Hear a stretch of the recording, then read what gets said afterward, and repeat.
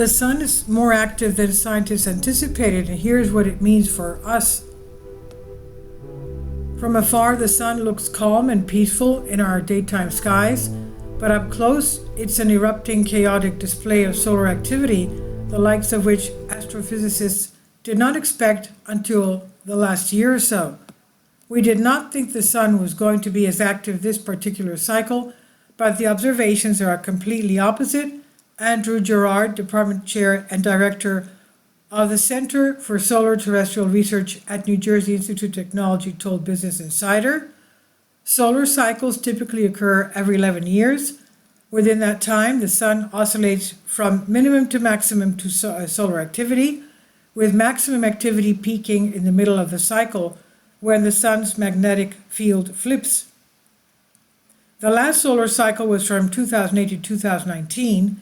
We're now in the middle of the current solar cycle and are approaching maximum magnetic activity. The heightened solar magnetic activity that's been growing over the last several years is so strong that it chokes energy from deep inside the sun, preventing it from reaching the surface. This causes cooler pockets on the solar surface that appear as dark splotches, known as sunspots. Scientists like Gerard can get an idea of solar activity levels by counting sunspots. They've been reaching record highs over the last year or so. Earlier this month, NOAA reported that preliminary observations had found 299 sunspots that all appeared within 24 hours, the highest daily sunspot record in over 22 years have been confirmed. Tracking sunspots is important because they are ground zero for powerful X-class solar flares and massive eruptions called coronal mass ejections. These can pose threats to Earth, causing radio blackouts and power grid outages, disrupting GPS navigation, and even triggering satellites to fall from space. Not all sunspots will produce an eruption, and when they do, not all eruptions pose a threat because they might miss Earth. Alex James, solar physicist at University College London, told Business Insider. Still, learning to predict solar storms ahead of time is an important field of ongoing research because it could give us more lead time to prepare, James said. And the sun is more active than we thought. X-class solar flares and coronal mass ejections are beautiful to watch, but when they burst, they fling high energy particles into space at speeds exceeding 1,000 miles per hour. If Earth is in the way, there's a chance that those particles can interact with our planet's magnetic field and upper atmosphere, causing geomagnetic storms. Geomagnetic storms can spark beautiful aurora borealis and aurora australis, northern and southern lights. These colorful displays have been showing up further south than usual in states like Texas and Colorado, and that's because of the sun's increased activity. But those high energy particles are also like little gremlins that can cause all sorts of mayhem to high frequency radio emissions that the military, airlines, and GPS systems rely on, Gerard said. Since January, geomagnetic storms have caused radio blackouts on 4 continents: North and South America, Europe, and Africa.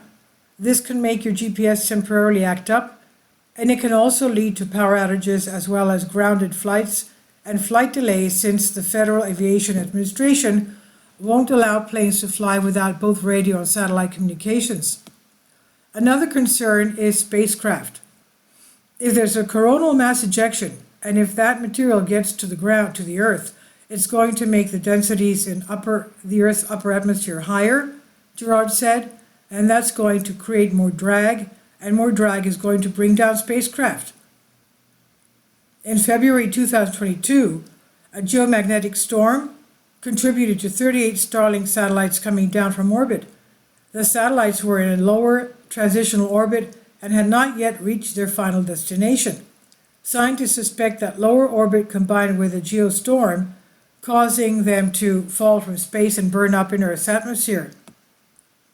And last May, the largest geomagnetic storm to reach Earth in 2 decades, led to a degrading service from Starlink. No satellites fell out of orbit during the storm. The sun is reaching solar maximum. The sun's activity is expected to continue to increase until it reaches peak activity levels, which scientists call solar maximum. Current predictions suggest solar maximum will occur in the second half of 2025, but we'll only really know when the true maximum has occurred after the activity starts to decline again, James said.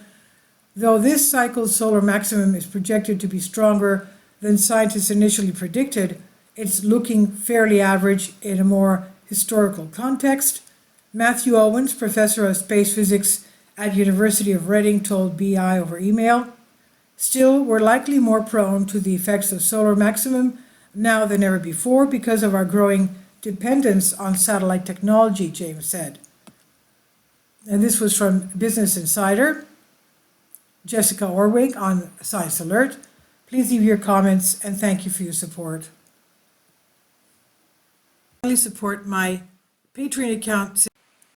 The daily posts are 5 videos daily, and they are totally different from what I have on my YouTube channel.